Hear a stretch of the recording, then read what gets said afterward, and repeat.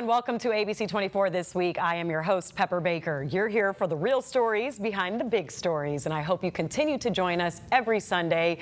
We do have an action-packed show, so let's introduce our panelists. ABC24 political analyst Otis Sanford, of course. We have Scott McCormick, former Memphis City Council Chair and Shelby County Schools Board member. And then we have Reverend Kenneth Whalum with New Olivet Worship Center. Thank you all so much for being here.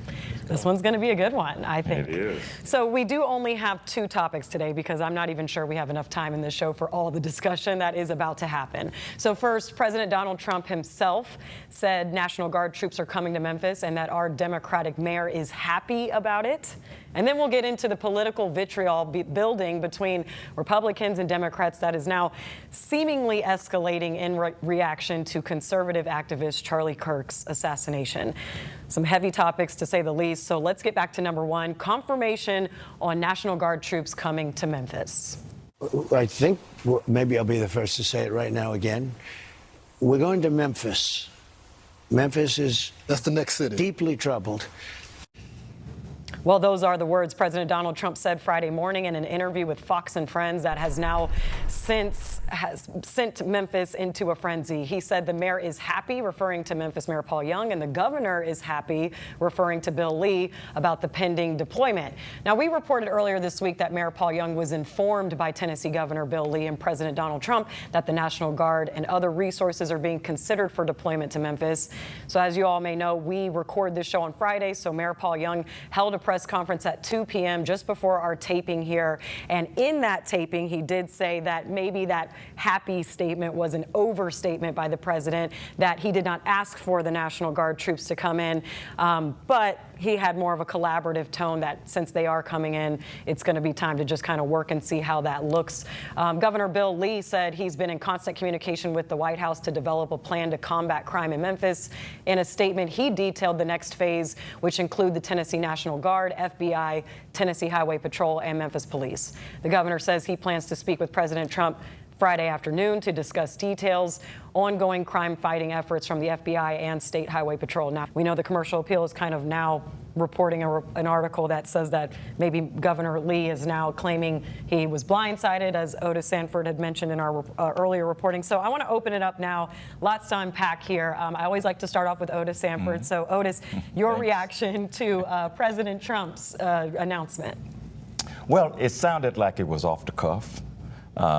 Because he didn't give any details. He just said, we're coming to Memphis and I'm going to be the first to announce it. And then he said, everybody's happy about it. Well, I don't think that Mayor Paul Young, I think he quashed that later on Friday by saying that was an overstatement. I think what we have here now is uncertainty. Mayor Young doesn't know what's going to happen here, the logistics of it all, actually when it's going to happen, where National Guard troops will be, what will they be doing.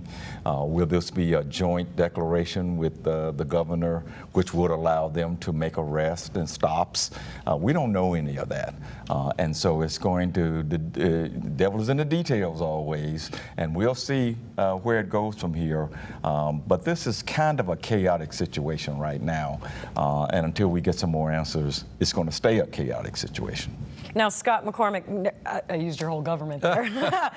What do you just make of the way Mayor Paul Young carried himself in the press conference in more of this kind of even-keeled, level-headed response? Well, I think he also said it several times, he doesn't have a choice, and I think he was very diplomatic. And I think in this situation, you have to be very diplomatic. There's no sense in alienating people who are trying to help you.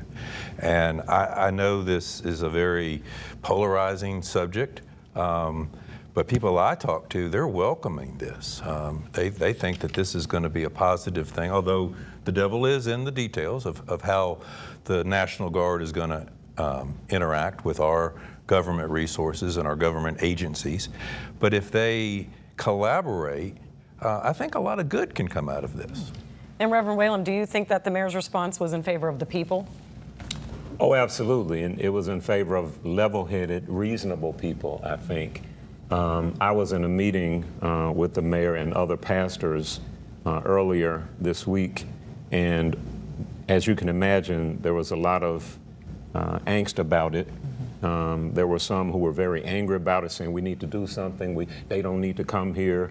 And my position was, well, 5 months ago, 2 children were shot to death in front of Booker Washington High School by 2 other children. 4 children were shot inside their homes the other night, Sunday night.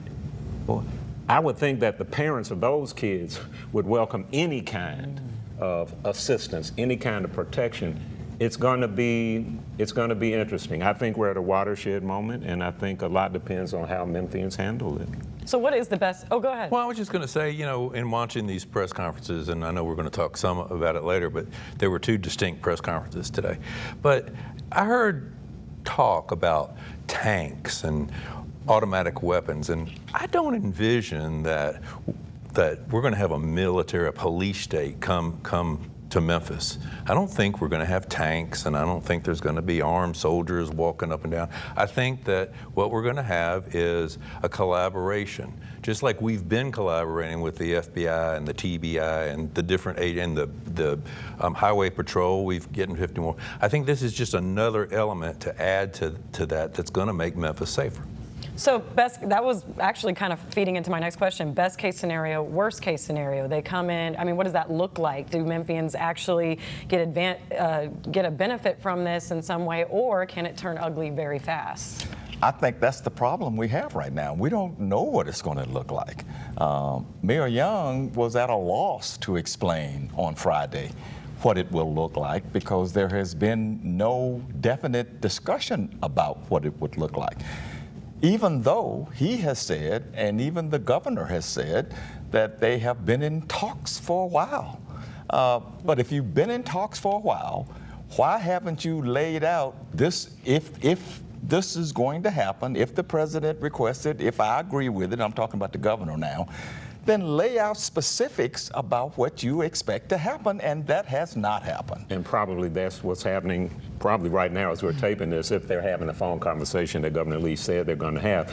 But, okay, best case, worst case. I think a best case scenario is that the guardsmen and guardswomen who are deployed, typically they're from the cities where they're deployed.